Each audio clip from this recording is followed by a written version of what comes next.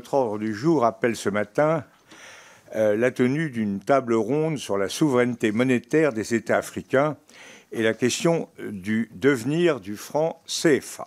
La France n'émet pas ses billets n'émet pas ses monnaies sont émises par les banques centrales des trois zones et la France ne contrôle pas la politique monétaire, comme vous l'avez dit. Elle n'a et encore plus d'ailleurs en UEMOA, qu'une voix très minoritaire et son influence n'a cessé de diminuer depuis le début des indépendances. On n'observe pas de rejet du franc CFA. Effectivement, son utilisation reste de mise à tous les niveaux, au niveau de tous les acteurs économiques.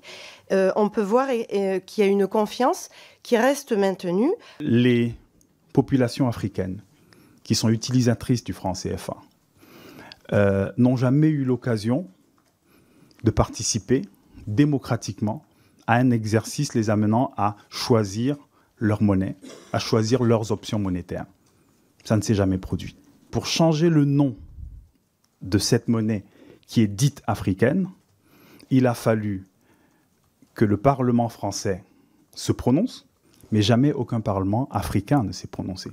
Il y a quelques jours, l'Assemblée nationale en France s'est réunie au sujet du franc CFA.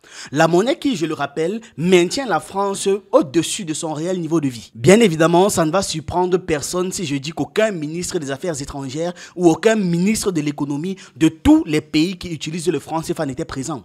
Plus de 14 pays, personne n'était là. Voilà, après on va se demander pourquoi est-ce que l'Afrique n'avance pas, pourquoi est-ce que les choses ne vont pas en Afrique, pourquoi l'Afrique n'évolue pas.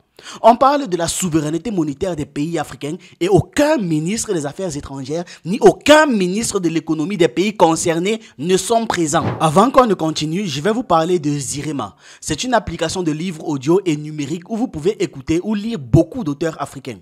Le catalogue est riche et continue de grandir vu que de nouvelles œuvres sont publiées chaque jour. Ce qui lie une personne à un pays, c'est d'abord l'amour qu'elle porte à celui-ci. L'amour de sa patrie. Un sentiment d'appartenance, un attachement à des valeurs, à une croyance, des principes, des traditions. Pour l'instant, Zirema n'est disponible que sur iOS, donc sur iPhone. Le lien de l'application est en description ainsi que le lien de leur Instagram. Vous pouvez les suivre pour être au courant de leurs actualités. Par exemple, quand est-ce que va sortir la version sur Android. Revenons maintenant au sujet.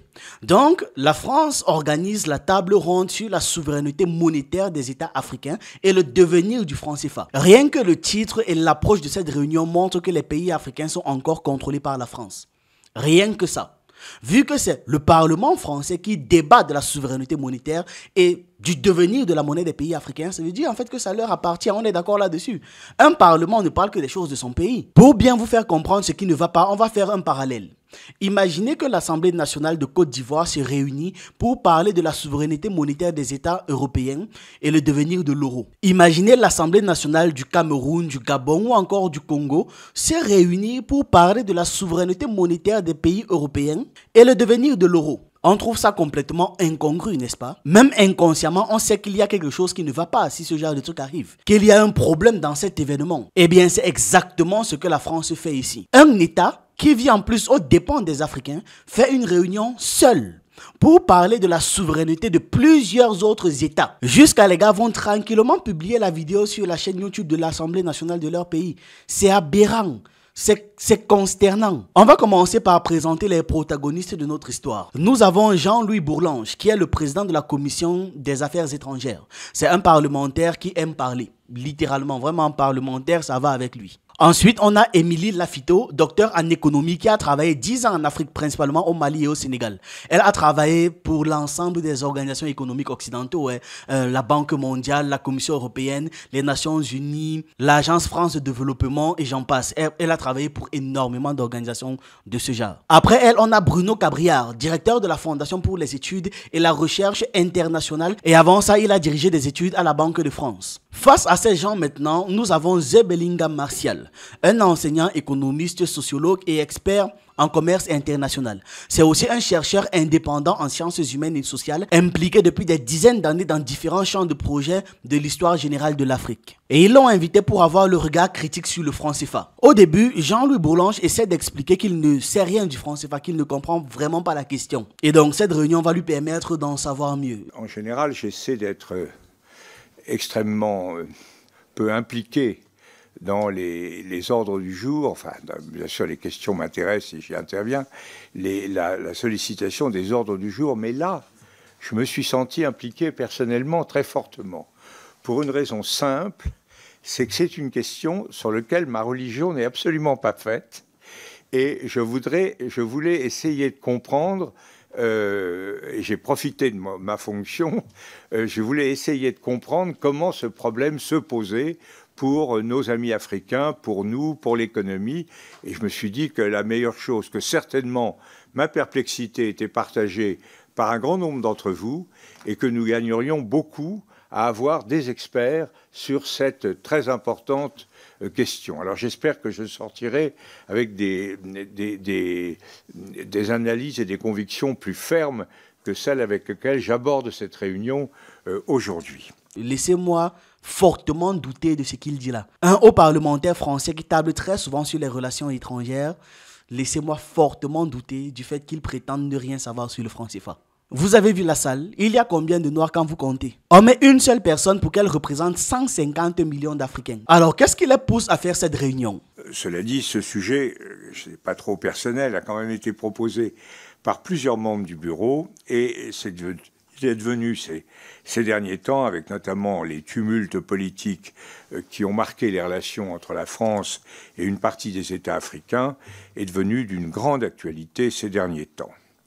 Les critiques émises dans certains pays africains à l'encontre de ce qui est resté, ce qui est perçu, à tort ou à raison, comme une réminiscence de la France-Afrique, et en raison de l'importance et de l'écho grandissant de discours politiques appelant à une sortie du franc CFA. On ne peut pas évidemment ne pas avoir présent à l'esprit que c'était un des grands thèmes de campagne du nouveau président du Sénégal.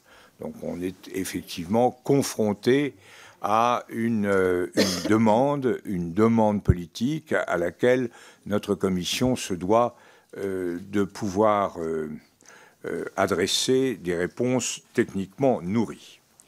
Alors, il est donc paru souhaitable que notre commission s'attache à faire le tri entre les différents arguments et qu'elle entende pour ça des spécialistes de la question. Le principe sera de laisser parler pendant 10 minutes chaque invité et ensuite les parlementaires poseront des questions aux invités. Le bal s'ouvre avec Cabriac. Pourquoi la zone franc a disparu? Parce qu'en fait, ce n'était pas vraiment une zone. Elle regroupe 3 monnaies, comme vous l'avez dit, Monsieur le Président, qui sont des monnaies totalement différentes et totalement non convertibles entre eux. Et il y avait une instance de discussion qui s'appelait les réunions des ministres de la zone franc, parce que ces pays partageaient le même système monétaire. Depuis la réforme de 2019 de la coopération monétaire avec les pays de l'UMOA, cette réunion des ministres de la zone franc n'a plus lieu. Elle a été remplacée par des réunions bilatérales. Et donc, aujourd'hui, dans les dénominations officielles, en tout cas, le terme de zone franc a disparu. La Banque de France fait chaque année un rapport d'évaluation sur la situation économique dans les 3 zones, qui autrefois été appelé rapport de la zone franc. C'est aujourd'hui le rapport sur les coopérations monétaires Afrique-France. D'abord, ça a été dit, la zone franc souffre d'un péché originel. Ce péché originel, il vient du fait que ce système est hérité de la période coloniale et les grands principes sont restés inchangés. Ces grands principes, c'est un taux de change fixe vis-à-vis de la monnaie française, aujourd'hui de l'euro, une union monétaire dans les pays d'Afrique de l'Ouest et dans les pays d'Afrique centrale qui vient aussi de l'organisation coloniale et une garantie assurée par le Trésor français illimitée et inconditionnelle. Donc ce système n'a pas changé.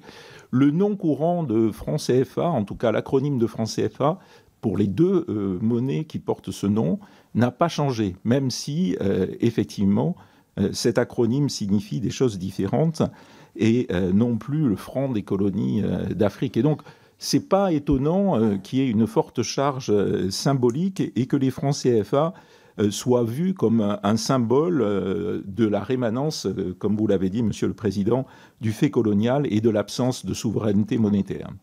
il est souvent dit dans les arguments, notamment dans les pays africains, mais aussi en France, que c'est la France qui émet les francs CFA et le franc comorien. Et cette confusion est entretenue par le fait que la Banque de France fabrique les billets, et d'ailleurs maintenant avec le compte et plus à Chamalières, puisqu'elle a regroupé son système de production. Mais comme vous l'avez dit, c'est complètement faux. La France n'émet pas ses billets, n'émet pas ses monnaies sont émises par les banques centrales des trois zones, et la France ne contrôle pas la politique monétaire, comme vous l'avez dit. Elle n'a et encore plus d'ailleurs en UEMOA, qu'une voix très minoritaire, et son influence n'a cessé de diminuer depuis le début des indépendances. Et donc, il n'y a pas de réalité à cette présentation, mais cette présentation, évidemment, elle ressort du fait que le débat est très teinté idéologiquement par ce péché originel. Les pays signataires des accords de coopération monétaire n'ont pas effectivement de souveraineté monétaire. Pourquoi ils n'ont pas de souveraineté monétaire? Ce n'est pas parce qu'ils l'ont transféré à la France ou que la France l'exerce d'une quelque manière, mais c'est parce qu'ils ont fait deux choix qui la limitent fortement. Le premier choix, c'est celui d'être dans une union monétaire. Et là, évidemment, comme on le sait et comme on le pratique aujourd'hui en France, c'est le transfert de la souveraineté monétaire, et c'est-à-dire la possibilité de faire des mesures de politique monétaire discrétionnaire au niveau de l'Union. Et ils ont fait le choix d'avoir un taux de change fixe. Et comme vous le savez, mécaniquement, un taux de change fixe, ça limite les marges de manœuvre de la politique monétaire. Donc il n'y a pas de souveraineté nationale, mais cette souveraineté nationale relève de deux choix.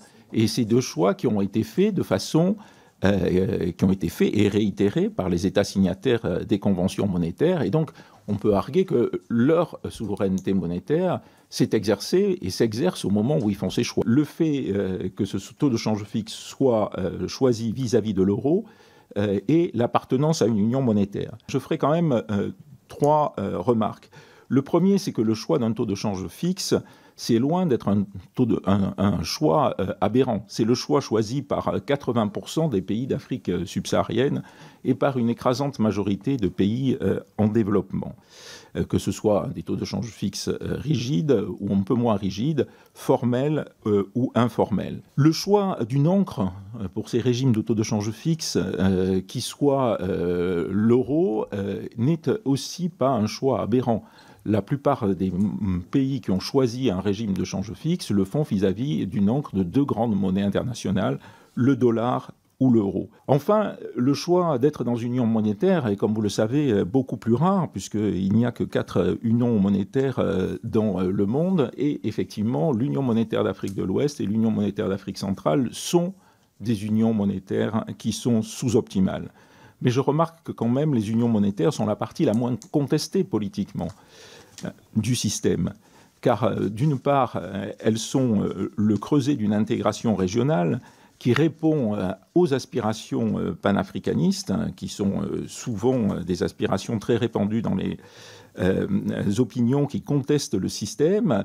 Et par ailleurs, cette intégration régionale a un certain nombre d'avantages économiques et collatéraux qui sont importants.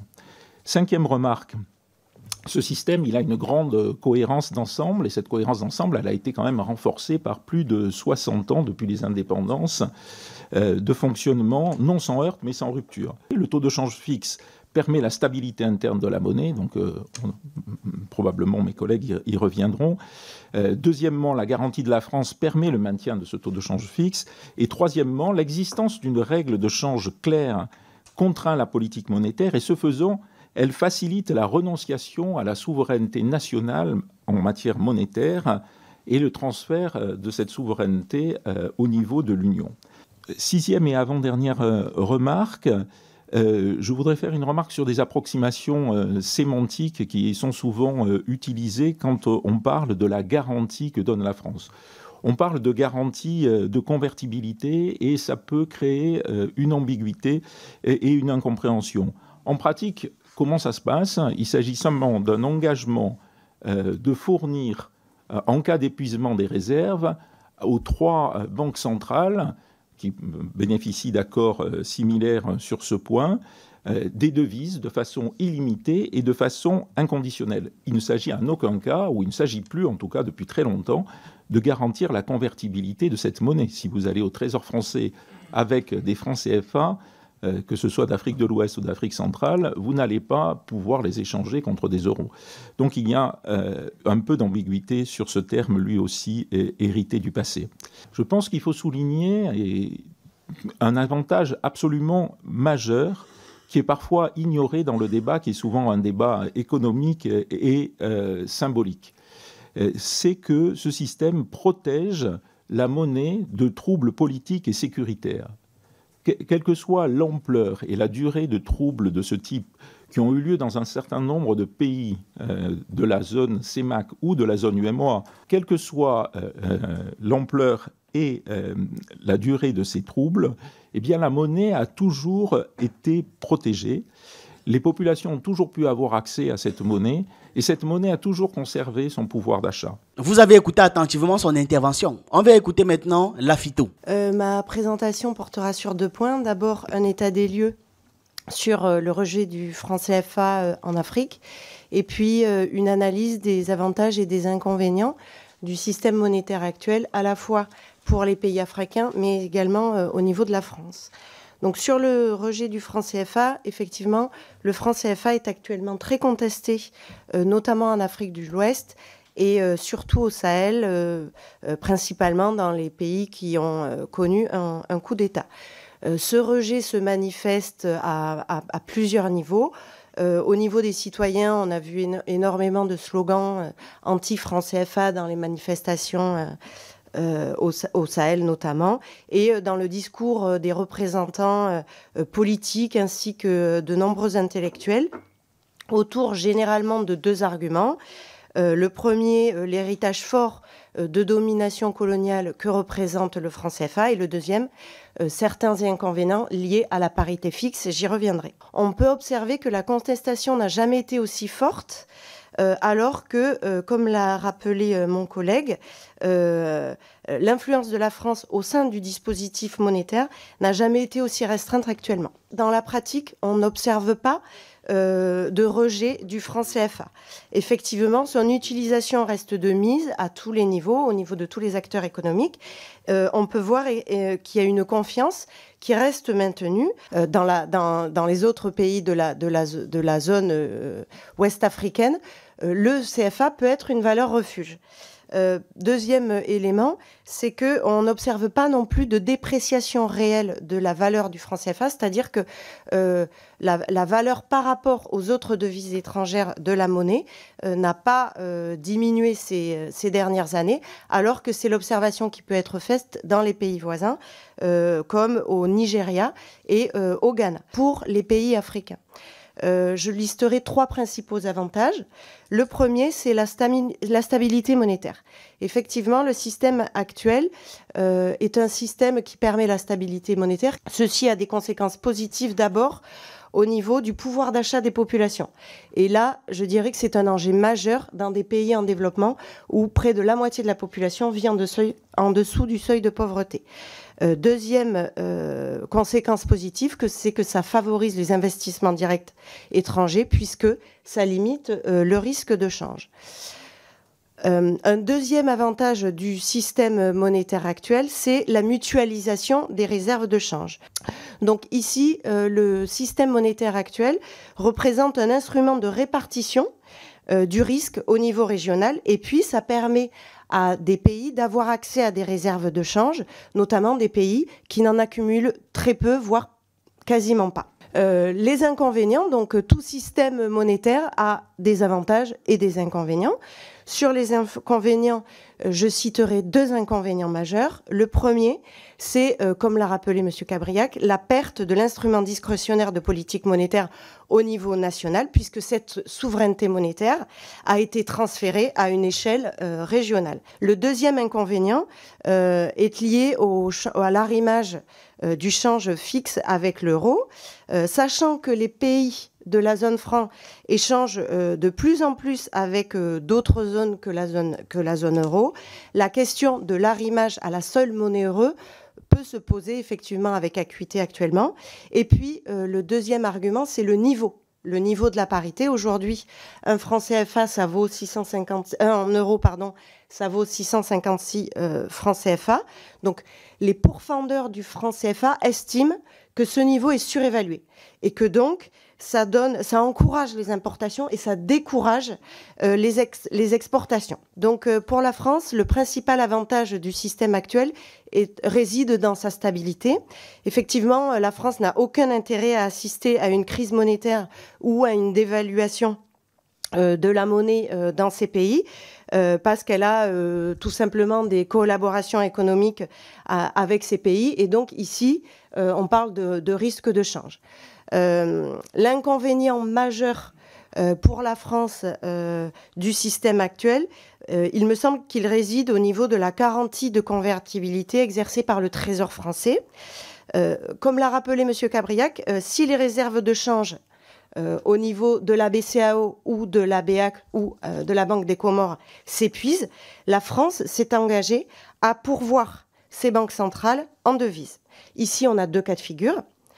Si elle le fait, il me semble que ça va être difficilement tenable politiquement au niveau du contribuable français. Si elle ne le fait pas, elle sera tenue pour responsable par les citoyens africains d'une crise systémique potentielle. Et donc, dans les deux cas, il me semble que la situation est compliquée au niveau politique pour la France. Vous avez suivi. À présent, on va écouter la réponse de Zebelinga, celui qui va démonter les arguments des deux soi-disant experts venus expliquer le franc CFA en tentant de faire croire que c'est un partenariat gagnant-gagnant avec l'Afrique. Déjà, je trouve même qu'il y a un déséquilibre qu'on fasse parler deux personnes du côté français. Donc 20 minutes de parole, parce que les deux personnes, vous les avez écoutées, ils parlaient de leur truc. Donc 20 minutes de temps de parole, alors que Belinga doit défendre 20 minutes en 10 minutes. Donnez-lui aussi 20 minutes. Comme ça, on saura au moins pu rééquilibrer la balance. Mais bon, écoutons. La monnaie, les monnaies ont besoin de vérité. Si nous sommes aujourd'hui devant une commission parlementaire qui est les affaires étrangères, c'est bien que la perception française aujourd'hui, c'est que cette monnaie n'est pas qu'une monnaie africaine, sinon on n'en déciderait pas au Parlement français. Et c'est aussi une perception encore plus profonde, c'est que les externalités aujourd'hui négatives de cette monnaie génèrent en Afrique un certain nombre de tensions qui probablement, en tout cas qui à mon sens, ne sont pas des tensions négligeables. Je les qualifierais même d'explosives, dans le sens où elles sont portées par la jeunesse. Et donc la démographie du rejet va beaucoup plus loin que ce qu'on peut imaginer. Ce n'est pas un rejet qui est limité à l'Afrique francophone. Il y a aujourd'hui des conférences partout en Afrique qui parlent du franc CFA, en Afrique du Sud, etc., au Malawi. Et donc je pense que c'est plutôt une bonne chose, voire une très bonne chose, que vous vous souciez de cette question. Qu'il me soit donc autorisé de me souvenir d'un 29 mai 2005, que vous connaissez tous, puisque c'était le jour du traité de Rome 2005 et que nous sommes effectivement un 29 mai. Voilà, on se rappelle du résultat. C'est donc exactement il y a 24 ans. Pourquoi est-ce que je rappelle cet événement historique? C'est parce qu'en réalité, les populations africaines qui sont utilisatrices du franc CFA n'ont jamais eu l'occasion de participer démocratiquement à un exercice les amenant à choisir leur monnaie, à choisir leurs options monétaires. Ça ne s'est jamais produit. Avec d'ailleurs ce paradoxe énorme que vous apprécierez, c'est que pour changer le nom de cette monnaie qui est dite africaine, il a fallu que le Parlement français se prononce, et le Parlement français s'est prononcé sous le regard de l'Union européenne, c'est-à-dire en respectant les avis de conformité de l'Union européenne, mais jamais aucun Parlement africain ne s'est prononcé. Ça veut dire qu'en gros, l'écho, s'il avait existé ou s'il était amené à exister, pourrait exister par des décisions de Parlement européen ou du Parlement français, approuvées par l'Union européenne, sans avoir à requérir l'avis des parlementaires, ne serait-ce que vos collègues africains. La monnaie va au-delà de la question purement économique, de la question du lien, disons, de la tenue d'un taux de change qui serait à l'équilibre ou pas à l'équilibre, etc. La monnaie va bien au-delà de cela. Et même l'économie va au-delà de ça. Aujourd'hui, une des monnaies qui maintient son niveau par rapport au dollar, c'est le kwacha de la Zambie. Et pourtant, l'économie zambienne va très mal. Mais leur monnaie réussit à se maintenir à un niveau élevé parce qu'ils ont suffisamment de réserves pour maintenir leur monnaie à un haut niveau. Mais ça ne veut pas dire grand-chose sur la vitalité de leur économie actuellement. C'est pour ça qu'il faudrait, à mon sens, je suis plus pour une approche plus institutionnaliste, plus multifactorielle de la monnaie. Et la perception qui apparaît à nombre d'Africains sur la question du franc CFA, elle est effectivement historique. Mais il ne s'agit pas d'un péché originel. J'apprécie l'expression, et je remercie Bruno Cabriac d'en avoir parlé. Il s'agit d'une constitution. Ce n'est pas un péché qui se serait produit à un moment donné, mais c'est une forme de génétique de la zone. Elle est constituée avec un certain nombre de principes qui sont des principes de la colonie. C'est un fait d'abord historique, mais c'est aussi une rationalité. C'est-à-dire que vous avez un empire, vous voulez donner un visage à votre empire, et qu'est-ce que vous faites ? Entre autres, il y a des frontières, il y a des signes monétaires qui vont se distribuer au sein de l'Empire. Il y a une banque qui va réguler la circulation monétaire, aussi bien en métropole que dans les colonies. Donc en réalité, les 4 principes cardinaux, à savoir la centralisation des réserves, l'arrimage fixe à un taux de change, etc., la libre transférabilité des fonds, des capitaux, ce sont des principes qui sont des principes naturels à un empire et qui sont naturels à une colonie. Et ces principes sont aujourd'hui encore fonctionnels. Ce qui, évidemment, pour les Africains, entretient l'idée d'une colonialité monétaire. C'est-à-dire qu'on est passé d'une situation de colonie à une situation indépendante, mais avec les mêmes principes que les principes de la colonie. D'autant plus qu'il n'y a pas eu réellement de sollicitation des parlementaires, des peuples, etc., pour approuver ces passages-là. On est arrivé même à un énorme paradoxe aujourd'hui. C'est-à-dire qu'on a, en quelque sorte, perdu des degrés de liberté du point de vue africain dans le passage à l'euro. L'Union européenne dit clairement à la France « Je suis d'accord avec les unions monétaires que vous garantissez, entre guillemets, mais à une condition. Vous ne pouvez faire aucune modification substantielle sans que 3 services au moins de l'Union européenne non seulement soient d'accord, mais valident, soient tenus informés régulièrement de l'évolution de ces accords. » Donc les Africains passent d'une situation où ils avaient ce qu'on appelle une tutelle monétaire vis-à-vis de la France à une double tutelle, puisque désormais l'Union européenne peut, si elle le souhaite, intervenir sur cet accord en estimant que pour X, Y raison, il ne convient pas aux politiques européennes. Même si c'est hypothétique, c'est quand même statutaire. Et il faut préciser que cette décision du Conseil européen s'adresse à la France. C'est d'ailleurs, je crois, c'est le dernier article, il y a 7 articles. Ce qui voudrait bien dire que cette décision de l'Union européenne fait des pays africains une forme de colonie monétaire. Donc c'est difficile dans un tel contexte d'imaginer qu'on parle de souveraineté monétaire. Mais avant de parler de souveraineté monétaire, il faudrait aussi, et je pense que tous les panélistes ici connaissent la question même de la souveraineté avant d'être monétaire. Et c'est pour ça que je suis obligé un peu de dévier du schéma que j'avais prévu pour préciser, là encore une fois, dans cet échange qu'on nous a demandé sincère, la notion de choix me paraît difficile à argumenter. Les pays africains en 1945 sont des colonies. C'est en 1945 que le franc CFA est créé. C'est en 1945 que la France fixe le premier taux de change. Elle fixe un autre en 1948, ensuite en 1958. Entre 1958 et 1994, il n'y a pas eu d'autres taux de change. C'est le même. Ce qui veut dire que ces pays-là ont fonctionné avec les décisions qui ont été prises tout à fait normalement par la France à son époque dans son empire africain. Donc on ne peut pas dire qu'ils aient choisi les taux de change, on ne peut pas dire qu'ils aient choisi les règles qui régissent en tout cas les règles, je dirais, cardinales, qui régissent ces unions, même s'il y a eu plusieurs innovations et plusieurs ajustements à travers le temps. Mais les principales règles sont issues de cette époque-là. Et il faut savoir aussi qu'avoir un taux de change fixe, ça, je pense que c'est important aussi de relire dans la perspective qui est celle des Africains. Les Africains lisent le franc CFA avec l'ensemble des outils et instruments de la colonisation.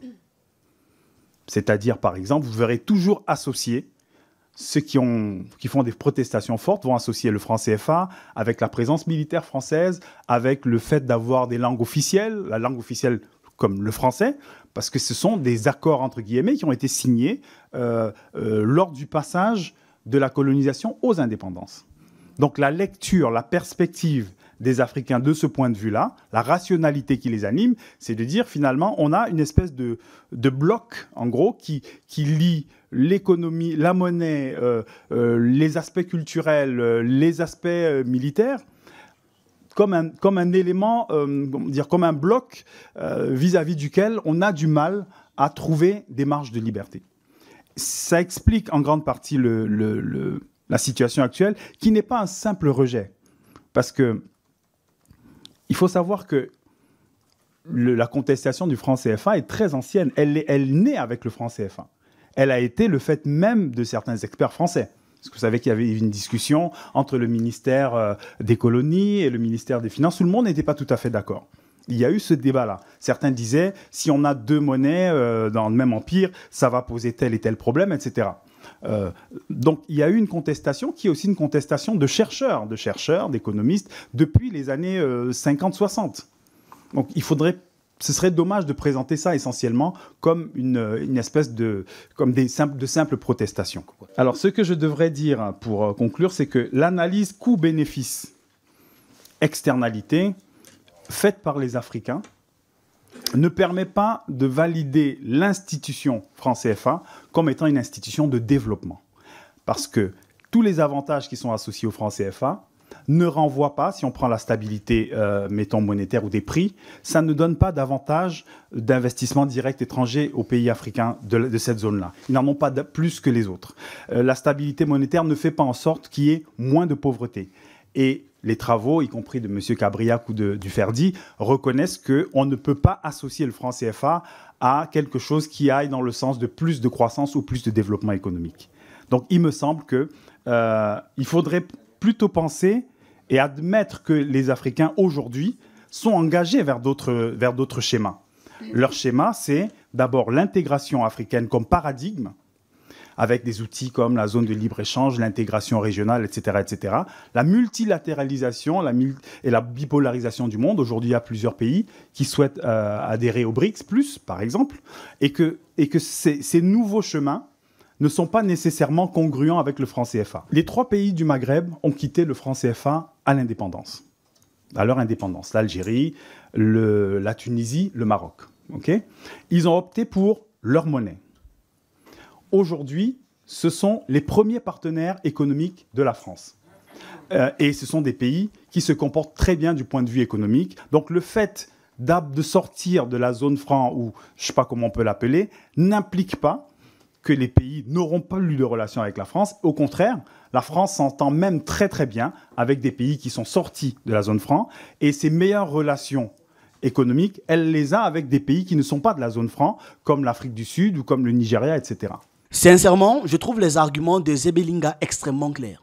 Il n'y a pas trop à tergiverser, trop à bavader. Les deux Français utilisent beaucoup de mots subtils, jouent sur les définitions, mais au fond, et il a commencé avec le simple fait que ce soit les parlementaires français qui débattent sur le franc CFA veut dire, et sans aucune ambiguïté, que cette monnaie est sous le contrôle de la France. Mais c'est clair, le parlement d'un pays ne parle que des sujets du pays. Ça veut dire que le franc CFA concerne la France, si les parlementaires français parlent du franc CFA. Et à forte raison qu'on sait à présent que les droits d'auteur du franc CFA appartiennent à la France. Les droits d'auteur du franc CFA appartiennent à la France.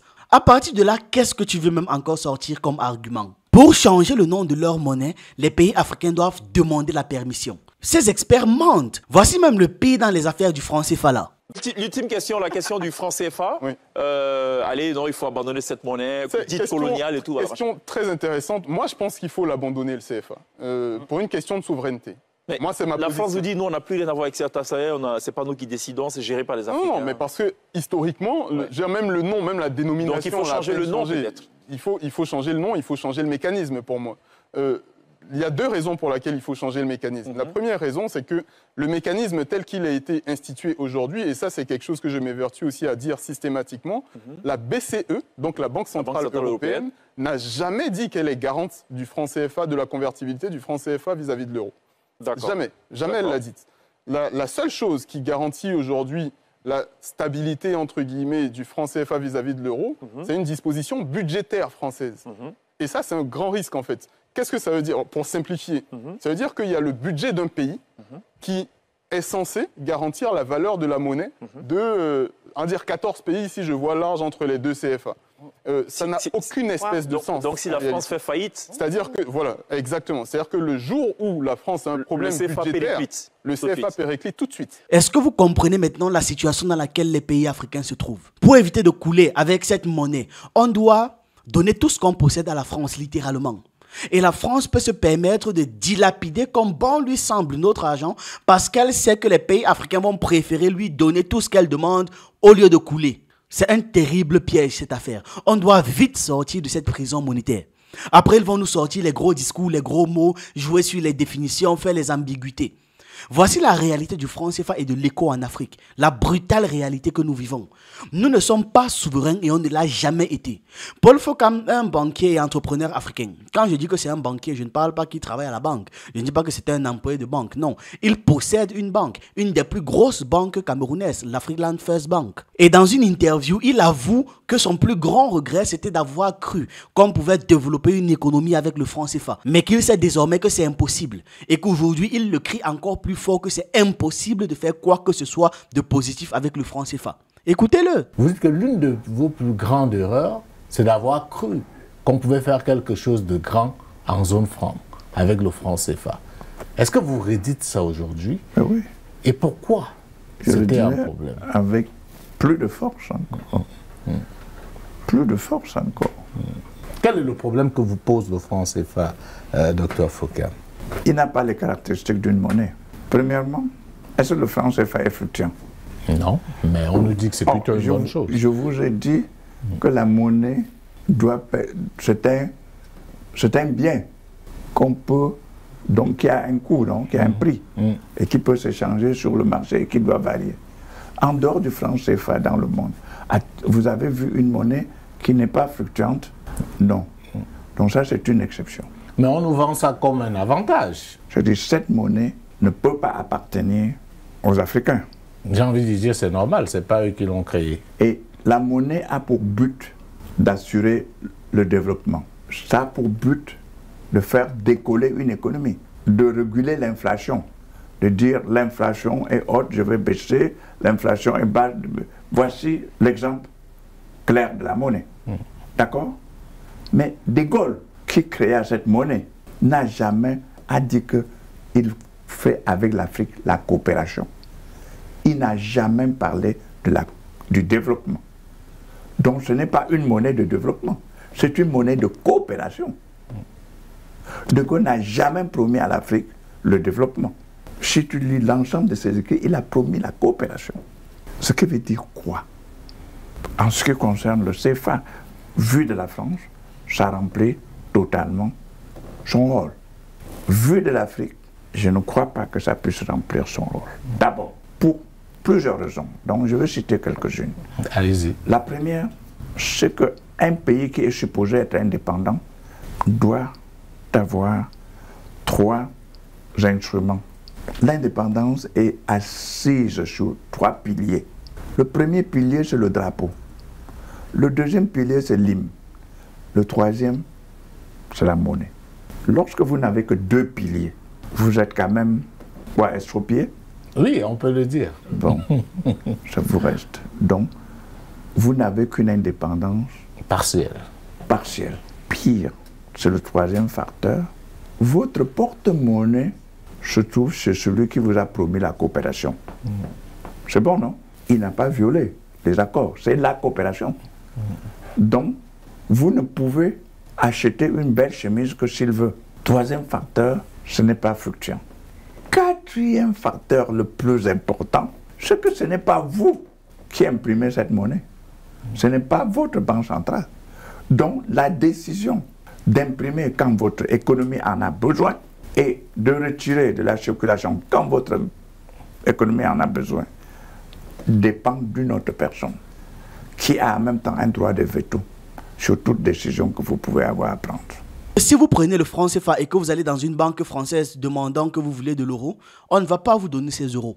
On va dire que c'est impossible. Et sur les réseaux sociaux, on a vu ça à maintes reprises. Des gens qui ont crié, qui ont même fait des scandales en entrant dans des banques avec le franc CFA et on a refusé de leur donner de l'euro. Et je trouve ça quand même curieux. Paul Fokam, économiste et banquier, dit qu'une monnaie a vocation à communiquer et à être échangée pour les besoins de l'économie. J'achète X, donc ça a besoin de pouvoir bouger, de pouvoir être changé. Par ce simple constat, ce constat et d'autres, le franc CFA n'a donc pas les caractéristiques d'une monnaie. Il le dit clairement.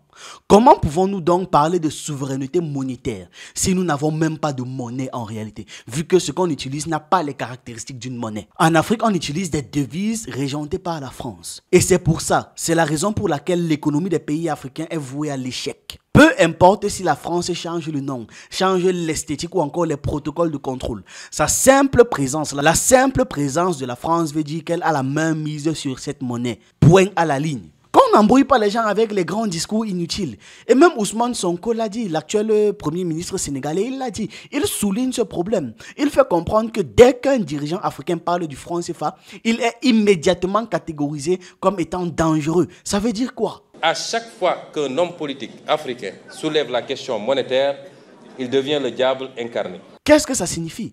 Les pays libres n'ont pas la liberté de choisir leur monnaie. Et aussi, c'est un autre argument qui est ressorti, que les pays africains choisissent d'utiliser le franc CFA. C'est faux. Aucun pays africain n'a choisi d'utiliser le franc CFA. Les différents acteurs de l'histoire de l'indépendance qui ont été éliminés par la France ne voulaient pas de cette monnaie. Ils savaient, ils comprenaient que c'était un piège. Aujourd'hui, on parle de choix. Même si à un moment donné, un choix s'est fait, c'était avec des dirigeants valets dont le seul but était de servir leur maître. Personne n'est idiot. Faudrait éviter qu'on nous prenne pour des idiots. Voilà, donnez-moi votre avis en commentaire et on se retrouve dans une prochaine vidéo.